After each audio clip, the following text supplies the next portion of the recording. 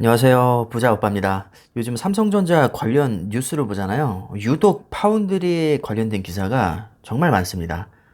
정말 희한하죠. 삼성전자 주력은 메모리 반도체인데 오히려 D램이나 낸드에 관한 기사보다는 파운드리에 관한 기사가 훨씬 더 많은 것 같습니다. 제가 보기에는.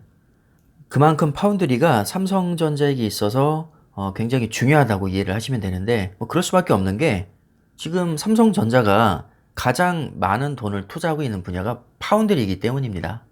주가라는 것은 떻게 보면 현재 기업의 가치를 나타내는 수치이기도 하지만 미래의 가치를 미리 반영하기도 합니다.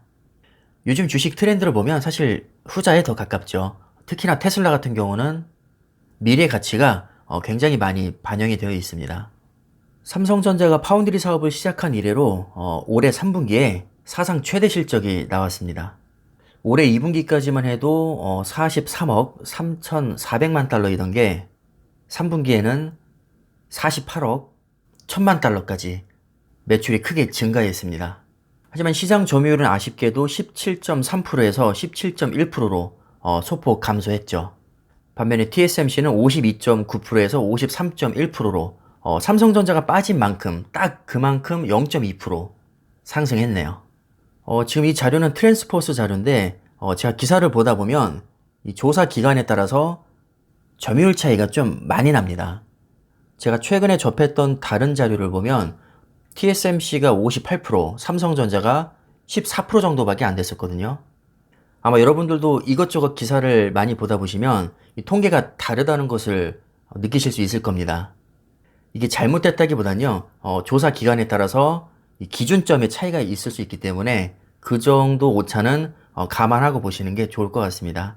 지금 영상에서 다루는 자료는 트랜스포스 기준이고, 이것을 기준으로 했을 때 삼성전자는 3분기 점유율이 17.1%가 나왔습니다. TSMC와 약 3배 정도 차이가 나죠. 어쨌든 중요한 것은 삼성전자가 올해 3분기에 역대 최대 매출 실적을 달성했다는 것이고, 지금 글로벌 파운드리 시장 자체가 굉장히 고속 성장기에 진입해 있다는 겁니다. 제가 어제 유튜브 영상을 우연히 봤는데 지금 소렌토를 계약하잖아요. 그럼 1년을 기다려야 된다고 합니다.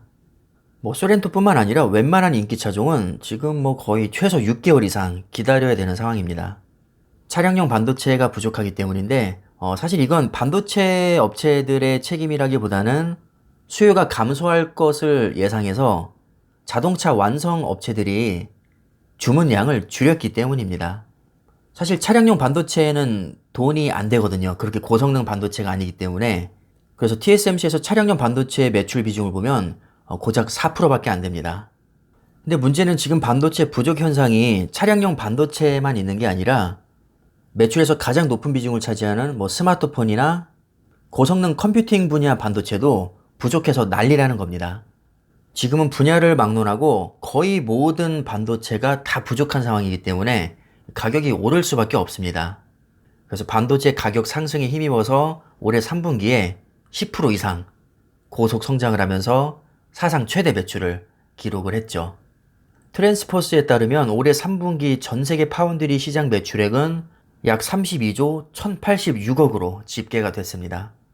2분기 대비 11.8% 성장한 것이고요. 역대 최대치입니다. 참고로 파운드리 매출은 2019년 3분기부터 9분기 연속으로 최대 규모를 경신하고 있습니다. 아마 앞으로도 계속해서 경신할 것 같습니다. 이렇게 역대 최대 실적을 달성한 이유로는 크게 세 가지가 꼽히고 있는데, 첫째는 수요가 많은 것이고요. 그 다음에 생산 능력이 증대가 됐고 웨이퍼 가격도 상승했습니다. 앞으로는 수요가 더 폭발적으로 증가할 것이기 때문에 삼성전자가 지금 평택 P3 라인에 50조를 투자하고 있고요. 미국에는 20조 투자가 또 들어갑니다. TSMC도 마찬가지로 1년에 수십조 단위의 어마어마한 돈을 지금 투자를 하고 있죠. 그럼 반도체 소재나 장비 회사도 엄청나게 성장을 하겠죠.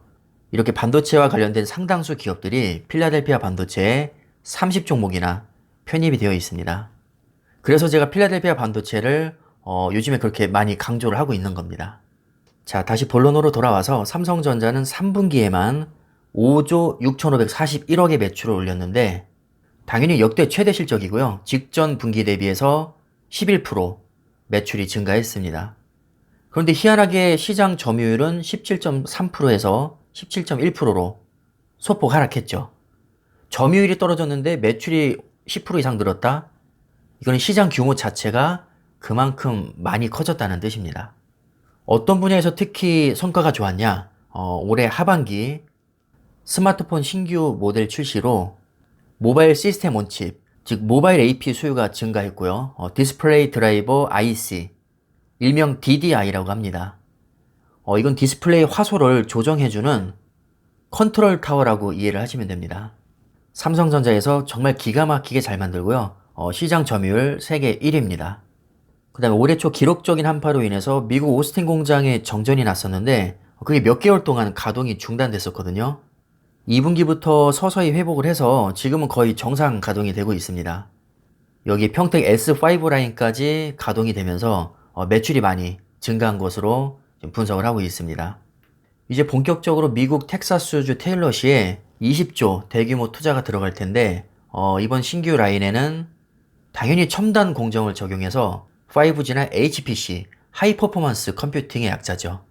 굉장히 부가가치가 높은 반도체를 주로 생산할 것이고요. 인공지능도 빠질 수가 없겠죠. 아마 최하 5나노 이하 EUV 공정으로 라인이 갖춰질 것 같습니다. 빠르면 2022년 상반기에 착공해서 2024년 하반기에 본격적으로 가동되는 것을 목표로 하고 있습니다. 자, 그 다음에 또 중요한 이슈가 있죠. 대규모 M&A를 지금 추진하고 있는데 올해 초에 발표하기를 3년 이내에는 의미 있는 인수합병을 할 것이다 라고 공식적으로 선언을 했습니다. 그 후보로 여러 가지가 지금 거론이 되고 있는데 거의 차량용 반도체 쪽에 후보 기업들이 많이 몰려 있거든요. 일단은 가장 많이 거론되는 기업이 네덜란드 차량용 반도체 기업인 NXP입니다. NXP 반도체는 필라델피아 반도체에도 상장이 되어 있죠. 그리고 미국 텍사스 인스트루먼트 역시 차량용 반도체를 제조하는 기업인데 차량용 반도체 말고도 굉장히 많은 반도체들을 좀 많이 만들어냅니다. 그 다음에 일본의 르네사스 일렉트로닉스, 독일의 인피니온, 인피니온과 NXP는 세계 1, 2위를 다투는 차량용 반도체 기업들입니다. 일각에서는 차량용 반도체 업체의 주가가 너무 오르는 바람에 이 몸값이 비싸져서 인수를 안 할 거란 얘기도 있거든요. 그래서 이 부분은 추이를 조금 더 지켜봐야 될 것 같습니다. 그 다음에 파운드리 분사설 얘기도 예전부터 계속 나오고 있는데 요즘 들어서 또 부각이 되고 있더라고요. 우리 구독자님들 중에도 아니 파운드리 분사하면 삼성전자 주가 폭락하는 거 아니냐, 기껏 파운드리에 투자 왕창 해놨더니 그냥 알맹이 쏙 빠져나가고 LG화학 꼴 나는 거 아니냐, 이렇게 걱정하는 분들이 계시더라고요. 인적 분할이냐 물적 분할이냐 이 논쟁에서부터 분사를 할 거냐 안 할 거냐 정말 많은 말들이 지금 오가고 있습니다. 근데 삼성전자에서는 공식적으로 분사 얘기를 한 적이 없습니다. 전문가 간에도 의견이 많이 엇갈리는데 일단 파운드리 분사를 찬성하는 쪽 입장을 들어보면 지금 설계를 담당하는 시스템 LSI 그리고 제조를 담당하는 파운드리가 삼성전자라는 하나의 지붕 아래에 있기 때문에 팹리스 업체들이 삼성전자 파운드리에 기술 유출을 우려해서 물량을 잘 주지 않는다, 이런 말이 많습니다. 틀린 말은 아닌데 퀄컴 같은 경우는 모바일 AP에서 이 설계 영역이 겹침에도 불구하고 파운드리 위탁을 지금 전량하고 있죠. 그러니까 이거는 상황에 따라 다른 것이지 무조건 설계 사업을 하고 있다고 해서 고객을 절대 유치할 수 없는 건 아닙니다. 또 어떤 사람들은 이렇게 얘기를 하죠. 만약에 파운드리를 분사시키면 메모리 반도체에서 버는 돈으로 파운드리에 투자를 할 수 없기 때문에 현실 가능성이 없다 라고 얘기를 합니다.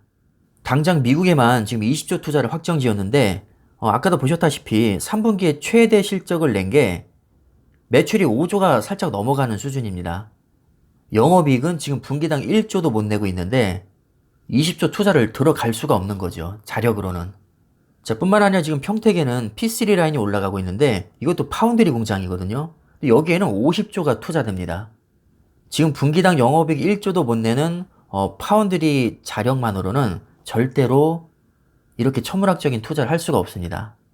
삼성전자 그룹 차원에서 지금 밀어주기 때문에 가능한 것인데 이걸 분사한다?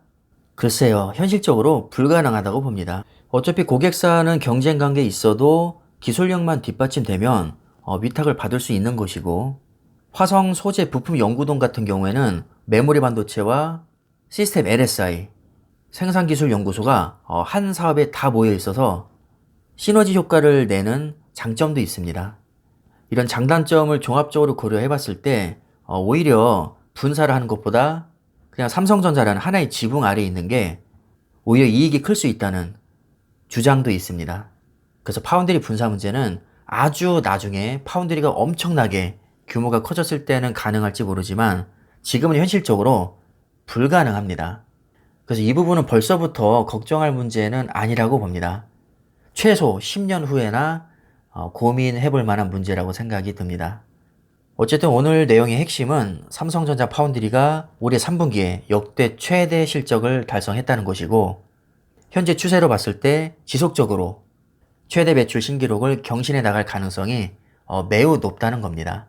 그만큼 전망이 밝다는 것이고 아직까지는 선반영이 거의 되지 않았지만 특정 시점에 가서는 폭발적으로 주가도 크게 오를 거라고 저는 생각을 하고 있습니다. 너무나도 당연한 얘기지만 모두가 다 인정하고 달려들 때쯤이면 이미 주가는 많이 올라 있을 것이기 때문에 우리가 먹을 게 별로 없습니다. 지금 삼성전자 파운드리는 관심 자체가 별로 없거든요. 삼성전자가 TSMC를 절대 못 이길 거라고 생각하는 게 대다수 견해입니다. 역으로 생각하면 지금처럼 관심이 없어서 주가가 쌀 때 많이 모아놔야 나중에 큰 돈을 벌 수 있겠죠. 물론 이게 확정된 건 아닙니다. 그렇기 때문에 리스크가 있는 것이고 그 리스크를 크게 감수할수록 수익률도 커지겠죠. 그래서 여러분들이 확신하는 만큼만 투자하시는 게 가장 중요하고요. 혹시 모르니까 필라델피아 반도체나 TSMC에 분산으로 투자하시는 것도 괜찮은 방법입니다. 그럼 오늘 내용 투자에 참고가 되셨으면 하고요. 영상은 여기까지 하겠습니다. 감사합니다.